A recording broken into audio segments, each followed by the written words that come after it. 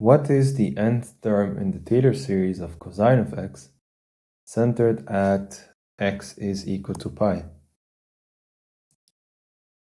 Good question. Let's briefly recap what it means to take the Taylor series of functions. Now I will draw the cosine function. Looks like this with the following coordinates. These are in radians.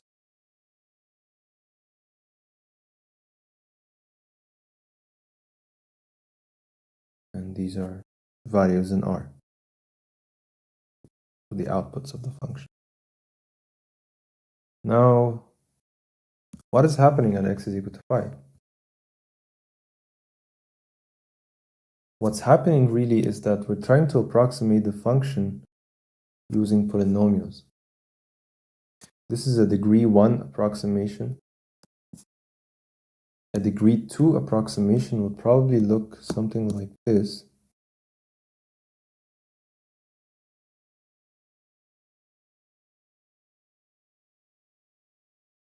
But I would like you to notice how it only covers this area, and then of course if you go on beyond that interval, then your accuracy is lower and lower. But this is the second degree approximation using a degree 2 polynomial. A degree 2 polynomial has this parabola shape, and this is something we already know. What if we try a degree 3 polynomial? Maybe it looks something like this.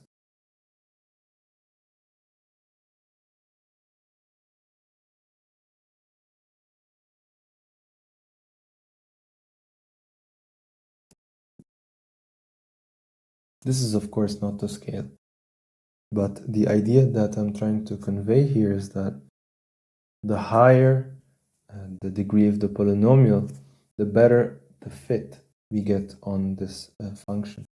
I'm drawing this specifically because you know that for degree 2 polynomial you have one curve. For a degree 3 polynomial you have two curves. For degree 4 polynomials you have three curves, and so on and so forth. And we know about the sine function. We know that it keeps oscillating. It has lots of curves. I'm not sure if curves is the right word anyway, but I'm confident that you're able to grasp the meaning that I'm trying to convey.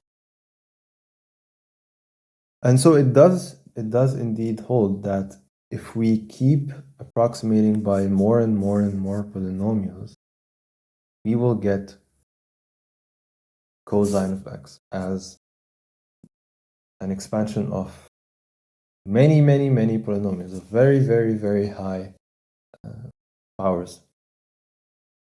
In fact, they would ideally have an infinite power. So we would have an infinite polynomial which approximates this cosine function. Now, this is difficult to believe, which is why I'll give a proof at the end of this tutorial. It's very simple and intuitive, and I don't think you'll suffer, while watching it. And now I would like to summon the Taylor's theorem, which states the following: that for an n+1 differentiable function on some interval, n+1 differentiable, we can write our function exactly. So this is not an approximation. This is not an approximation. It's exactly on the nose as an expansion of polynomials. This is a polynomial, by the way, if you're wondering. And there is a remainder term. This is how we describe f exactly on the nose. Now, for this very specific exercise, I would like to do the following.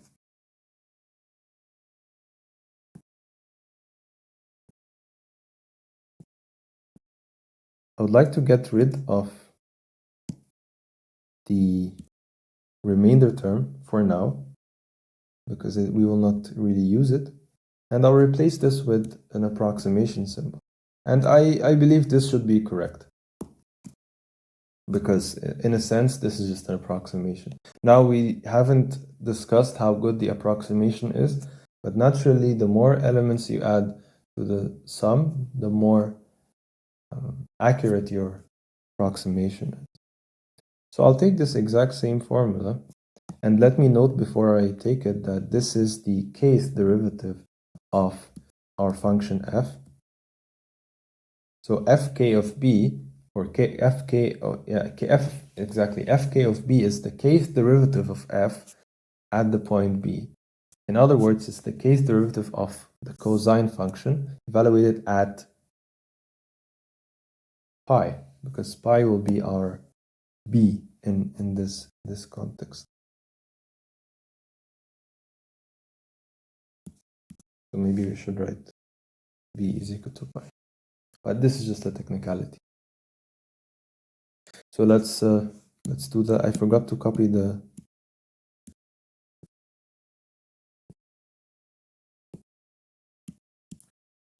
text. I write it here, and I would like to immediately start by looking at the zeroth polynomial, and then I would look at the first polynomial, second polynomial, and maybe let's do the third one. I don't think this would hurt us. Whenever you're confused with something, you should always try different numbers, try with simpler examples that perhaps you could grasp, because this, nobody expects you to be able to grasp this firsthand just by seeing. So we are here in n is equal to 0. We have a sum from 0 to 0, so we only have one term, and this term is going to be f0 of b divided by 0 factorial times x minus b to the k. Now, again, b is going to be pi, so I'll refer to this b as pi from now on. Here's the catch. 0 factorial is equal to 1, and this k is equal to 0, so this is to the power of 0, which gives us 1. Now, f0 of pi is the 0th derivative of pi. The 0th derivative of pi is basically no derivative. And if you don't take the derivative of f at pi, then it's the 0th derivative of a cosine of x at pi. Cosine of x at pi is equal to minus 1, as we saw in the drawing. Cosine of pi is equal to minus 1. Okay, that's good. Let's see what happens for n is equal to 1. Hopefully we'll get something that's interesting. Well, the first thing we'll get is the term for k is equal to 0, which is this one. So this is the term for k is equal to 0. Now for the term for k is equal to 1, I will simply write down the term for k is equal to 1. So I write f1 of pi divided by 1 factorial times x minus pi to the power of 1. And now it gets interesting, because here we have f1 of pi, and f1 of pi is the first derivative at pi. The first derivative of the cosine function is the negative of the sine function. And so if we try to evaluate this, I think it's a good idea to write down the derivatives. The 0th derivative, not at x, but at pi, gave us cosine of pi, which was minus 1. This gives us negative sine of pi, which is it's 0.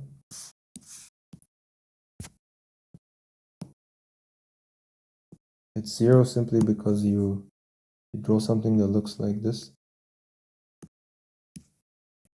The sine function starts from 0.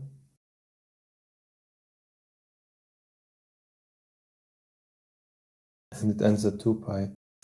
And at pi, it's equal to 0.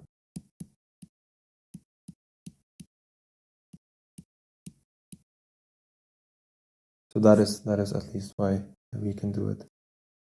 And if it is equal to 0, then that's just amazing, because the first Taylor polynomial is also minus 1. Now I would like to draw your attention to one specific thing, and that is, you see how I drew the linear approximation to the function at this very specific point to be the line x is equal to minus 1. So this is effectively a function of x, but it's a constant function. So the constant function x is equal to minus y is equal to minus 1 is the Taylor approximation of degree 0 and also of degree 1. This is what we've established here. And so perhaps it is a good idea to move on to n is equal to 2 and n is equal to 3. Now the first term was minus 1, the second term is 0, and the third term is f2 at pi divided by 2 factorial times x minus pi squared. Now what is f2 of pi? It's the derivative of sine of x. The derivative of sine of x is cosine of x. So we'll have the cosine, but don't forget the minus sign. And if this was minus 1, then the negative of that is going to be 1. And if that is equal to 1, and that is as it is, it remains untouched, then we write minus 1 plus x minus pi squared over 2 factorial to be approximately equal to our f of x. Remember, these are approximations of f of x. So let's do it for n is equal to 3. I think it's the last one we'll do. I can promise you that. But we'll see. The first term is minus 1, the second term is 0, the third term is this, and then let's write the fourth term. The fourth, because we are counting from 0. I know how to count. I'm not sure about you, so that's why I have to remind you of this. So the third term is going to be, to compute it, we will need the f3 of pi. The derivative of cosine is negative sine. And with this other negative sign, we just get sine of pi. And if negative sine of pi is 0, then sine of pi is definitely also equal to 0. Then we don't need to compute anything really, because if I just write f3 of pi, I know that this is equal to 0. And even if I divide by 3 factorial and multiply by x minus pi cubed, I know that I will get 0. So what's the pattern here? What's going on? Okay, well, I didn't promise you that I would continue on with this. So let me actually do one more Taylor polynomial. Oopsies. Just one more. You know, it's good for your health, I think, for your mathematical health. So that should be fine. So that was n is equal to 3. And now n is equal to 4. Here's what happens. You get minus 1, of course, and then there's all of this is written down. And then I have to write the term for n is equal to 4, which is f to the fourth derivative of pi divided by 4 factorial times x minus pi to the power of 4. And for this, I need the fourth derivative of pi.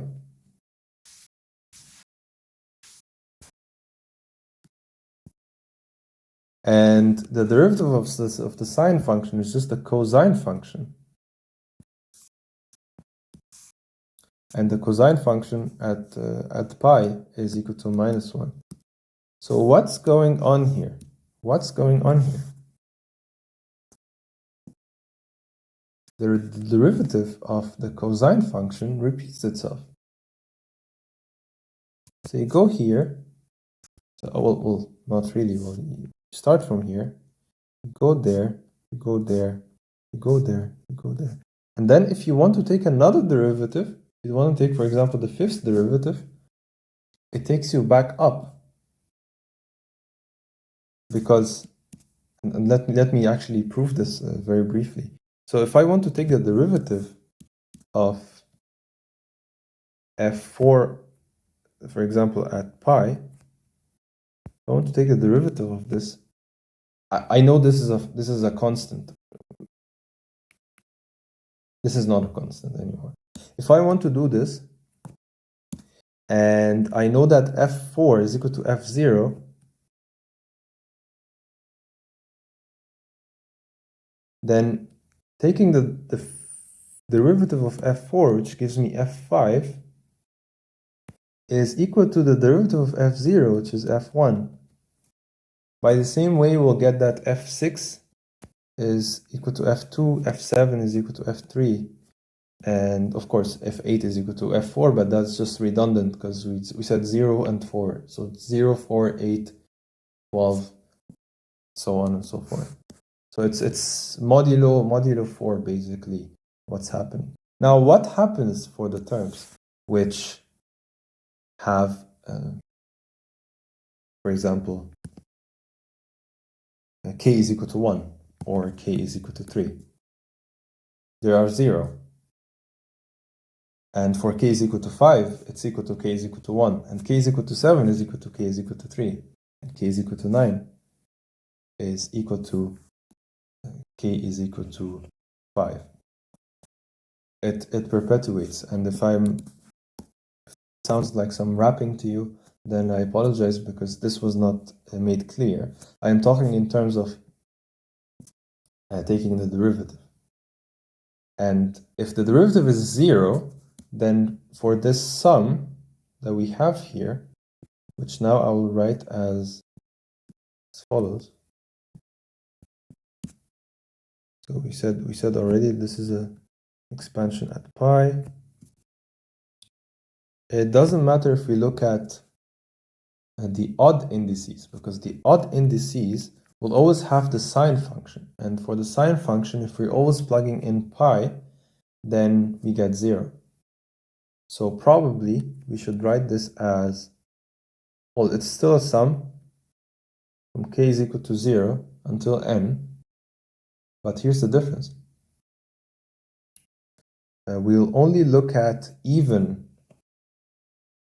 terms. So we'll have f of 2k at pi times x minus pi to the 2k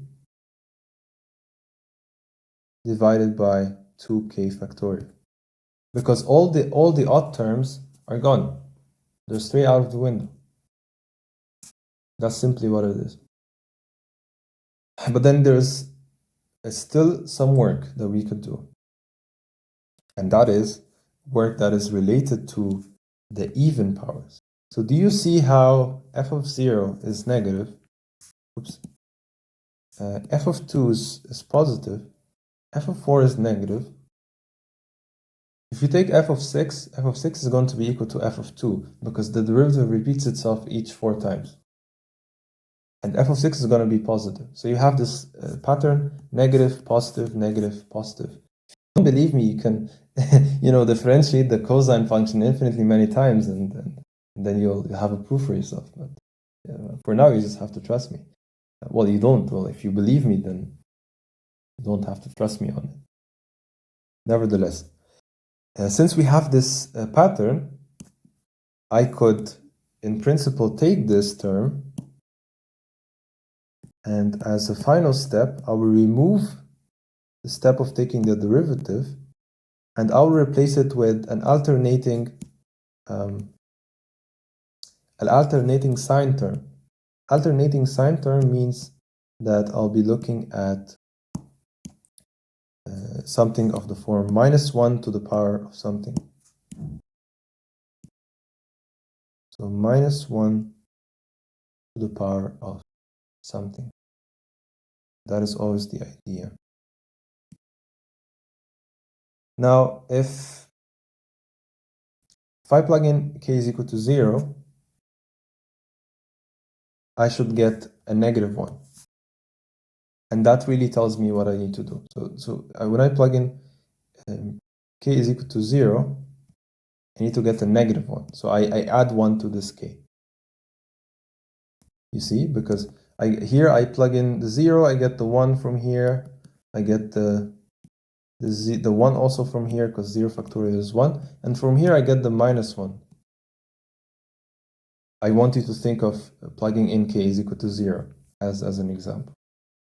If I plug in k is equal to 2, I get the next term, which is going to be this one. And the next term is x minus pi squared, because this is at k is equal to 1, right? And if I put here a 1, it's a positive term. It has the squared of this, and you're dividing by 2 factorial, so it seems to work. And I'm not sure if this requires an argument, but this works. It goes on. So here we have k, here we have k, here we have k plus 1. And it goes on, and it works. And the best way to figure that out is to use examples. Examples are very good for intuition. Now, if you would like to stay and take a look at perhaps a proof of Taylor's theorem, I forgot, I almost made a mistake. This is 2k. If you would like to take a look at the proof of Taylor's theorem, then stay around and we will cover this now.